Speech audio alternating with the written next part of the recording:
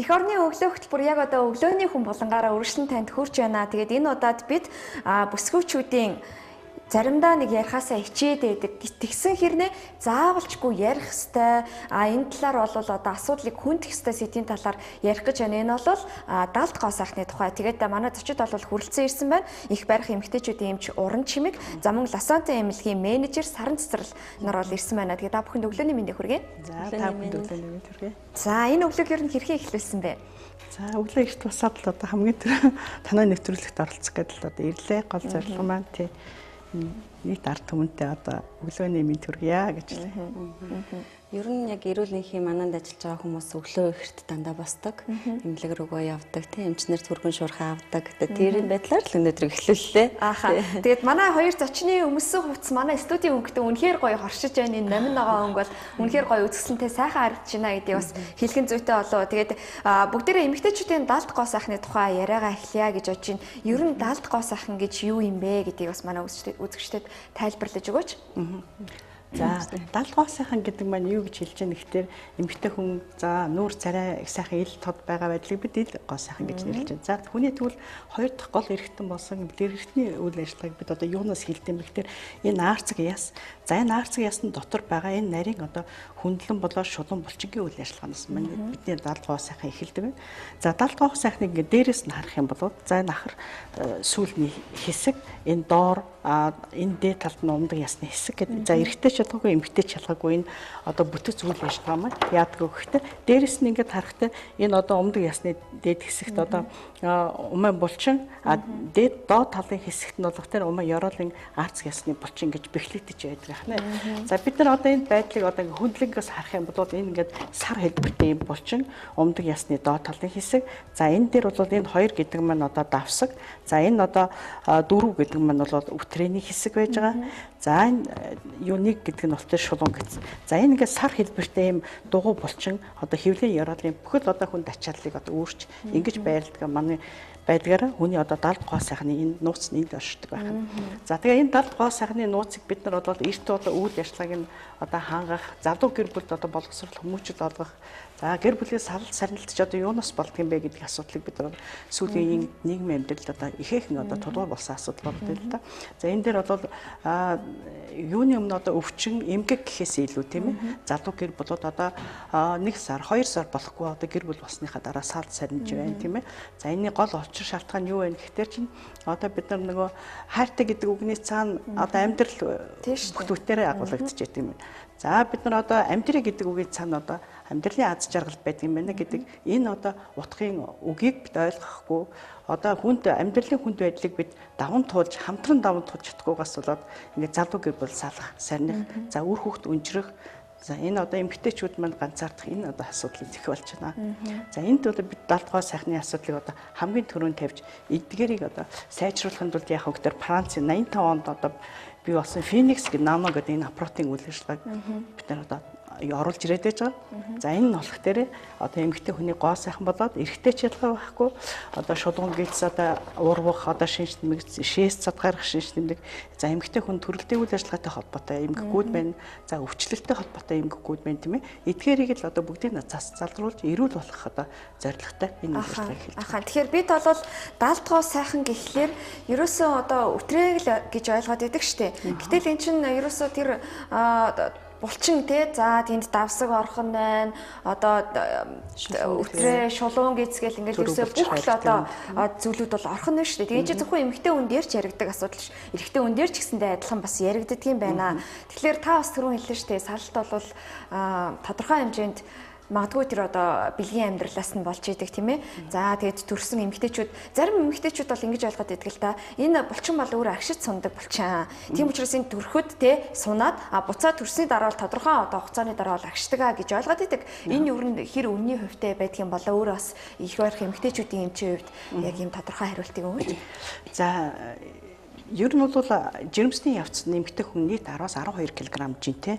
За ус ургийн хэмжээ 3-аас 4 кг гэж бодоход нийт 12 кг жинтэй юм хевлэдэд тээж явж байгаа юм. За энэ болох төр булчингийн үйл ажиллагаа хэдийн хэмжээгээр одоо тарих мэдрэлийн үйл ажиллагаа, зүрх судасны үйл ажиллагаа энэ төр ингэж ачааллыг даах чадвартай боловч за төрөлтийн дараах болон тухайн хүний суур өвчлөлтэй холбоотой. Ээж маань, эцэг маань өнөөдөр эрүүл байж эрүүл хүүхэд бүсэмж бий болно тийм ээ. Нийгэмдээ бид нар эрүүл хүүхэд гаргая гэж байгаа бол за эрэгтэй хүний ч гэсэн одоо дотоод гоо сайхан бас хүний эмэгтэй хүнд хэрэгтэй, эмэгтэй хүний дотоод гоо сайхан ч гэсэн эрх хүнд хэрэгтэй.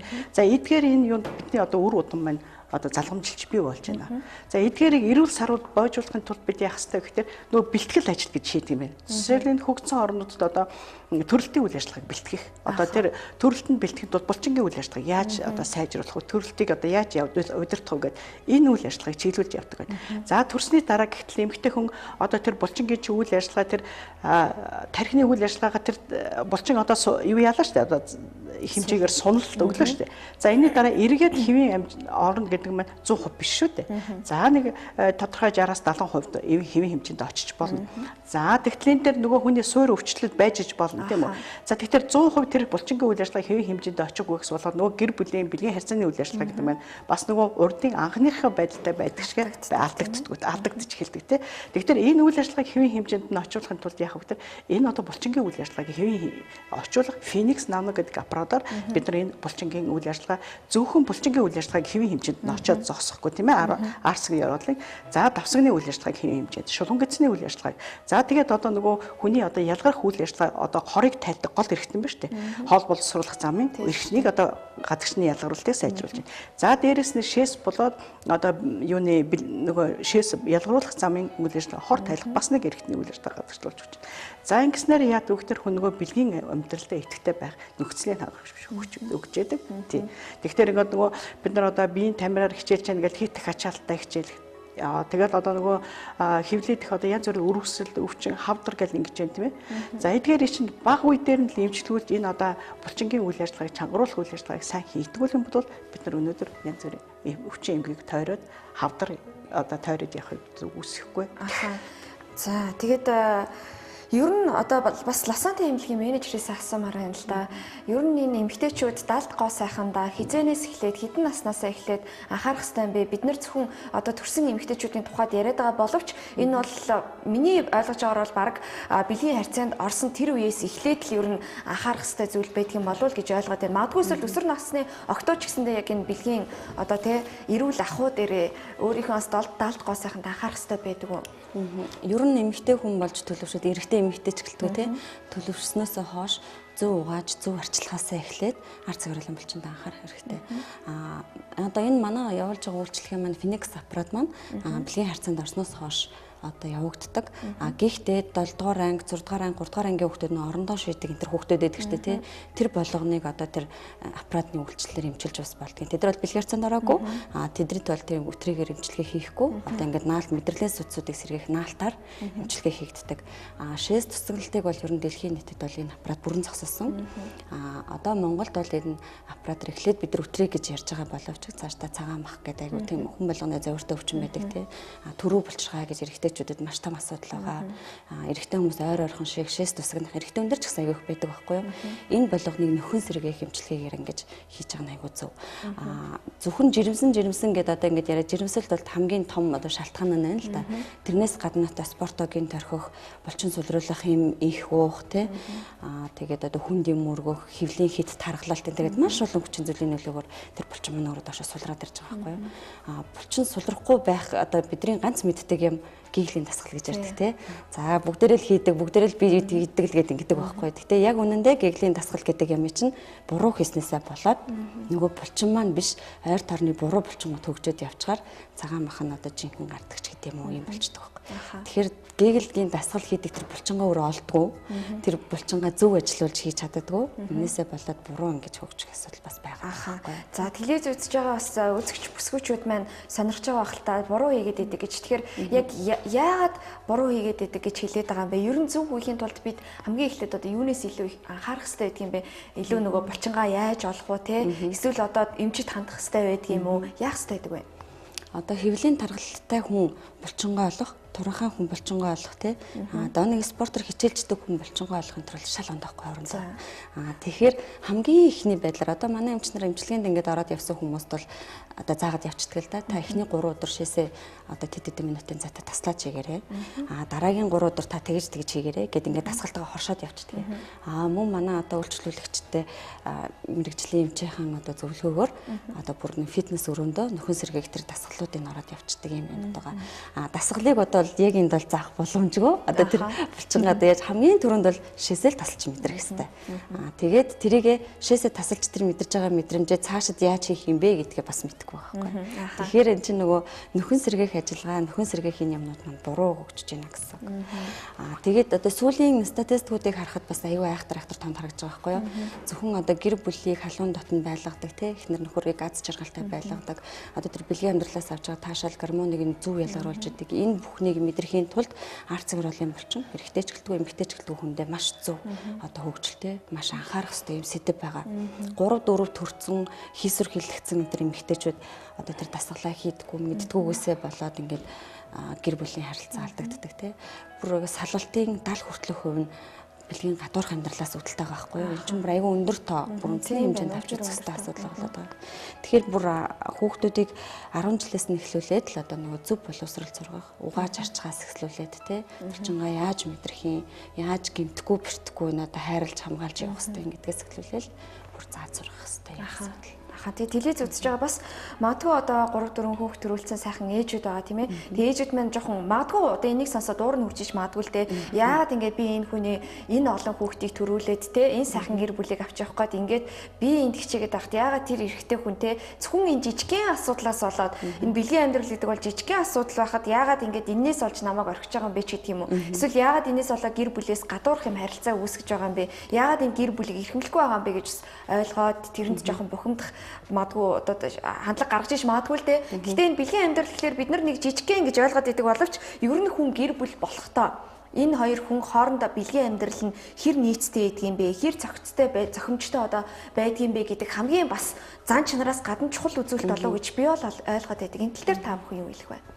Одоо сүүлийн судалгаануудаас харахад гэр бүл болсон хүмүүсийн одоо нөгөө амьдралын одоо нөгөө үүрэг оройлог судалсан байна л да. Тэгээ ингээ харахаар гэр бүлийн амьдралын одоо бэлгийн амьдрал гэдэг бол 50 хүртэлх хувь. Энэ бол маш өндөр үзүүлэлт байхгүй. 30% нь хүүхэд. Үлдсэн 20% нь карьер, эдийн засаг одоо юу гэдгийг те шашин шүтлэг боловсрал энэ бүх нь нөлөөтэй гэж үзсэн байт юм байна. Нөхрүүд одоо эхнэрүүд мэдээж үн цэнтэй те 3-4 хүүхдийн төрүүлсэн тэр хүний үр өдмийг залгацсан байна шүү дээ тийм үү. Үн цэнтэйгээс гадна тэр нөгөө эрэгтэй хүнийг одоо тэр нөгөө бэлгийн амьдралаас авах таашаал эргээд тэр тархинд хүрж байгаа гормон энэ нөгөө аз жаргалын давар гэдэг ямыг одоо нөгөө эрэгтэй хүн илүү нөгөө эрэлхийлж явдаг эмэгтэй хүнийг бодвол эмэгтэй хүн бол одоо нэг бюрт төсвөртэй байх гэдэг тийм үү миний хүүхэд миний гэр бүл гээд эрэгтэй хүн болохоор илүү тэр гормонд удирдагдаж ингэж явдаг болохоор одоо илүү тийм одоо хөнгөн ямыг хөвсөд хайгаад байдаг гэж магадгүй. Жишээ нь одоо Европт энэ төр бол айгүй өргөн судалгаа байна л да. Эмэгтэйчүүд одоо бэлгийн амьдралдаа энэ арт цэвэрлэлийн булчинтай жилд хэдэн төгрөг зарцуулдаг юм бэ гэдэг судалгаа. Тэгэхээр 4,000-аас 8,000 долларыг нэг эмэгтэй хүн төрөх явцынхаа дараа ч юм уу те эсвэл одоо хит таргалтынхаа дараа ч юм уу за би одоо болохгүй байна гэж өөрөө үдсэн үедээ энийг зарцуулж чаддаг байна.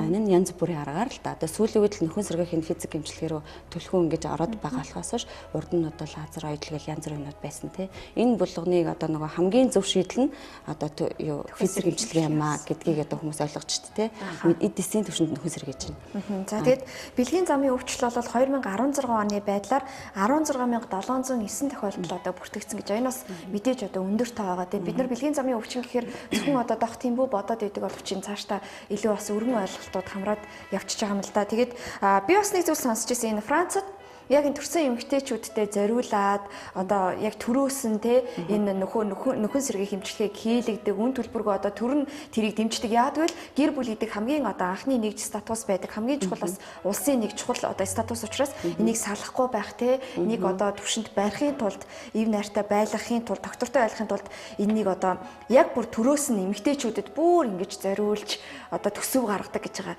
Энэ ер нь энэ тал дээр бас та бүхэн өөрсдийнхээ бодлыг хэлээч. Энэ бол зөв бодлого л да. Төрийн бодлого энэ одоо улс орны хөгжилтэй холбоотой. Тэгэхээр хүний амьдралын гол одоо бага нэгж маань гэр бүлээс эхэлж байгаа шүү дээ. Тэгэхээр гэр бүлийн боловсролыг бид хамгийн түрүүн нөгөө сургууль соёл байхад нь боловсруулах хэрэгтэй.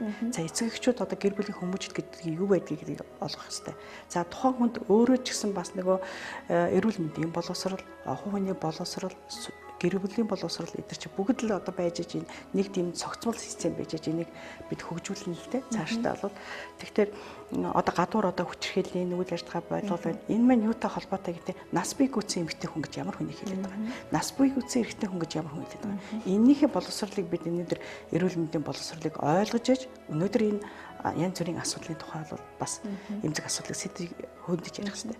За өнөөдөр эмэгтэйчүүдэд одоо энэ улс орны хөгжил маань цаашдаа яваад хүчих юм бол бид эмэгтэйчүүд болгоныгаа за жилд одоо 77700 гаруй эмэгтэйчүүд төрж байна. Эдгээрийг төрөх бэлтгэл хэдэн хувь бэлдсэн бэ? За төрсний дараах эмэгтэйчүүдэд бид хэдэн хувийг одоо хандсан, яаж эрүүлжүүлж байгаа гэдэг бодлогыг бид төрөөс бодлого болгож явуулах хэрэгтэй. За ингэхийн бодвол бид нар өнөөдөр одоо Монгол одоо эмэгтэйчүүдийн төлөө эмэгтэйч гэхгүй эрэгтэйчүүд одоо бүхэл насны хүмүүс тавих анхаарал халамж юм байна бас өндөр эерэг болж яаж байгаа юм л да. Энэ тэгээд одоо Францд 85 оноос хойш одоо төрсэн эмэгтэй болгон дээр нийгмийн даатгалаад улсын бодлогоор тийм энэ одоо нөхөн сэргийх эмчилгээнд явуулдаг. Ингэснээрээ гэр бүл салалт бол Францд маш бага. Бүр бараг байхгүй шах. Гэтэл эсэргээрээ манайх ингээд авч хэлцэх болохоор гэр бүл салт нэг өндөр болчиход байгаа байхгүй.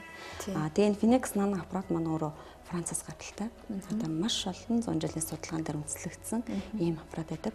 Энэ аппаратанд бол манайх одоо аль бие усны эрхтэйгээр Монголд анх удаа нэвтрүүлж байгаа. Захирлууд маань эмчнэр маань зөвлөх эмчнэр маань Францад очиж мэрэгжилд ажиллуулээд яг энэ аппаратныхаа тухай одоо сургалт семинар юмнуудад хамрагдаад жилүүлэн хамрагдаад явдаг. Тэгээд энийг эмчилгээ үйлчилгээнд нэвтрүүлээд ингээд явж байгаа.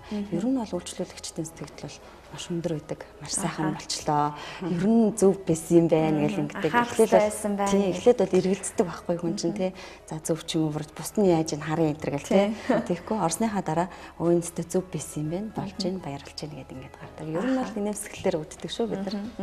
Тэгэд даалтгоо сайхан гэхэлэр бид бас даалтгоо сайхан байх юм бол нүүрэн дээр илрэл гарч ирнэ. Царай гоё тунгалаг болно тий. Тэгээд гоё үргэлж инээмсэглэдэг болно. Тэгээд зарим ингээд би залуу одоо магадгүй насны явцаас шалтгаалаад тийм ээ жоохон ахмад настай хүмүүс бол бүсгүүчүүд маань бэлгийн одоо амьдралд нэг дуртай биш байх ч юм уу те тэрийг нэг байнга тогтмол хийгээд идэггүй байж болно. Тэгтэл нөгөө залуу бүсгүүчүүд маань одоо ингээд заримдаа сонсхолоор дургу болчихсон. Би нэг л тийм сони юм хажиг болцсон. Нэг надад одоо те нөхөртөөгөө ингээд одоо ойртуудах сонирхол байдгүй болчихсон ч гэдэг юм уу. Тэгээд тэр нөхрөөс нь биш одоо юунес чи мэдгүй ингээд цаанаасаа л ингээд уур бухимдал төрөөл стресстэй л ингээд болчихсон. Ингээд байдаг болчихсон гэж яриад идэг. Энэ яг юутай холбоотой байдаг юм болоо? За энэ одоо нөгөө бэлгийн булчингийн үйл ажиллагаа сулралтай холбоотой.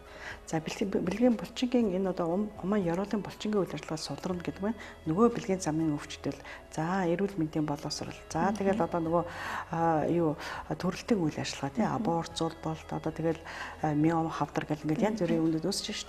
Зөвхөн эмэгтэй хүнд гэхгүй эрэгтэй хүн ч ялгаа байхгүй.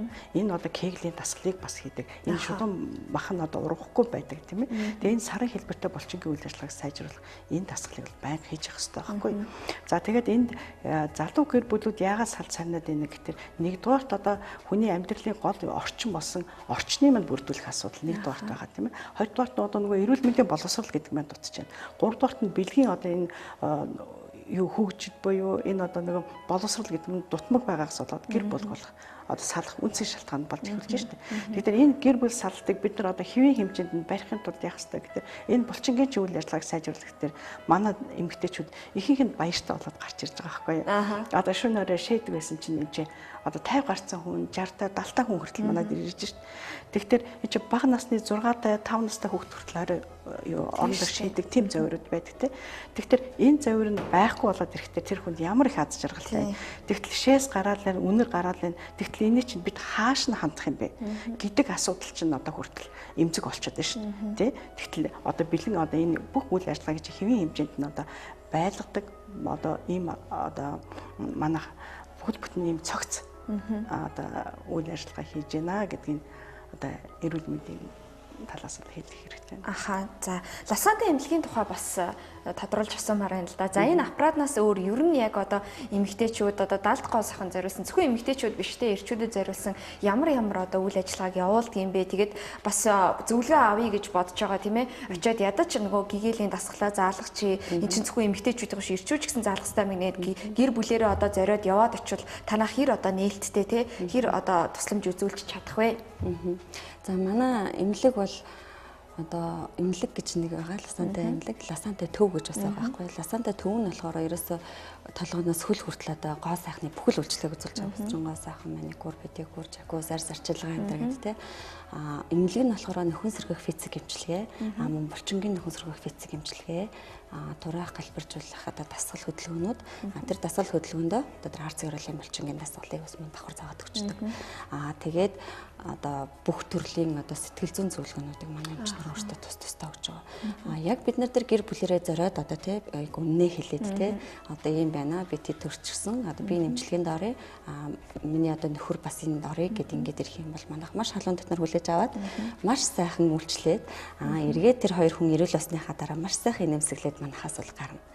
Ер нь бол эмэгтэй хүнд ч төдийгүй эрэгтэй хүнд байх ёстой бүхэл үйлчлэгээ манай одоо тэр ласантай эмнэлэгт маань байгаа. Манайх бол одоо Зайсангийн эцэст байрлаж байгаа төв салбар нь. Зайсангийн одоо KFC-гээс Америк сургууль руу явах замд Сөүл Royal County эсрэг тал байрлаж байгаа. VIP салбар нь болохоор төрийн ордны хавталд байрлаж байгаа. Тэндээ эмчтэй үзүүлээд одоо гэртээгээ орхон VIP салбартаа явъяач гэдэг юм үү. Тэгвэл нөгөө салбар руугаа ойрлагтаад явж болдог. За баярлалаа. Тэгээд бидний ярилцах цаг бол ингээд өндөрлөж байна. Тэгээд эцэст нь бас нэг зүйлийг асуухад одоо бүсгүүчүүдэд маань залуу гэр бүлд зориулаад нэг сайхан одоо зөвлөгөөг өгөөч. Ер нь гэр бүлийн үнц нь юунд оршдог юм бэ? Одоо юунаас урам авч, юунаас одоо тэр хайр гэдгээр тэтгэгдэж цаашаа амьдрах хэрэгтэй байдаг юм бэ гэдэг талаар бяцхан зөвлөгөө өгөөд тэгээд бид ярилцлага өндөрлөө. За, залуу гэр бүл маань хоёулаа одоо амьдралын хүнд хэцүү бэрхийг хамтран туулж байгаа гэр бүлд одоо аз жаргал үүдэн нээдэг гэж ярьдаг. Тэгэхээр гэр бүлийн аз жаргал юу гэдэг энэ одоо хамгийн түрүүн хүний хоёр дахь зөв болсон бэлгийн таашаалыг нэг нэгнээсээ зөв авч зөв харилцан биеиндээ мэдээлэл өгчээж ингэж одоо хүн бэлгийн сайхан таашаалыг авдаг. За энэ дээр одоо амьдралын аз жаргал хайр мэд бэлгэж явдаг юм аа. Тийм учраас эдгээр юмд одоо болж игэл одоо эртхэн шиг орж бэлтгэлээ хангаж одоо булчингийн дараагийн төрөлтийн үйл ажиллагаа бэлтгэх тэрэндээ одоо яаж одоо төрөлт бэлгийн үйл ажиллагааг яаж одоо хүмүүжлийн суурийг авах вэ гэдэг юуг бол манахаас одоо авч болно. Тэгээ энэ дээр одоо айл бүхний аз жаргалын юу бэлгийн үүд нэгддэг юм аа гэж хэлэх гэж байна. За таны одоо ер нь бэлгийн боловсрал бэлгийн энэ харилцаанаас хүн эд эсийн төвшөнд те оюун ухааны төвшөнд бүхэлд одоо нөгөө биеийн төвшөнд таашаал авах хэрэгтэй. Одоо жижигхэн хоёр эргэтэн л байгаа шүү дээ те. Эндээс бүр маш тийм сэтгэл зүйн болоод оюун ухааны бүхэл таашаалыг хүмүүс авчих хэрэгтэй. Ялангуяа залуу хосод ингэснээр эд эсийнхэн төвшөнд одоо өөрсдөө одоо солилцож штэ те. Энэ одоо нөгөө мэдрэмж мэдрэх үеийг маш залуу хэр нь хадгалаад хичнээн төрөөд хичнээн үрүүд мөлдөөсөн ч гэсэн өөрсдийнхөө тэр одоо нандин харилцаа хадгалж үлдэж чадаж гимэн одоо урт удаан аз жаргалтай амьдрах тэр үе таалга нэгдэж байгаа байхгүй юу. Би нэг үнэхээр сайн ойлгодог байсан гэр бүл санхүүгийн хүндрэл бол юу ч биш л байхгүй юу гэнэ л те. Тэгэхээр энэ зөв харилцаа зөв бүх юмыг одоо маш сайн хөгжүүлээд явах одоо энэ суурь мэдлэгээ сайжруулах те. Энэ бүгдэд аюу ач холбогдолч анхаарах хэрэгтэй гэж үзэж байна. За баярлалаа. Тэгээд та бүхний ажил үйлсэд өндөр амжилт хүсье. Тэгээ олон одоо гэр бүлийг илүү одоо доктортой байлгах энэ үйлсэд те хүчин зүтгэж аваад бол эх орны өглөө хөтөлбөр эх орон телевизийн хамтлагнаас одоо баярлаж байгаа илэрхийлмээр байна. Францад бол энийг төрийн бодлого болгодог бол те удахгүй бас манай Монгол улсад одоо энэ асуудлыг илүү одоо өндөр түвшинд авч үзээд төрийн төр одоо бодлогоо олгож хэрэгжүүлээд нийгмийн даатгалын бас одоо те юундээ төсөвтөө бас оруулаад өгөх хэрэгтэй байхаа гэж бол бодож байна. Удахгүй энэ бол шийдэгдэх байхаа гэдэгт итгэлтэй байна. Баярлалаа. Баярлалаа.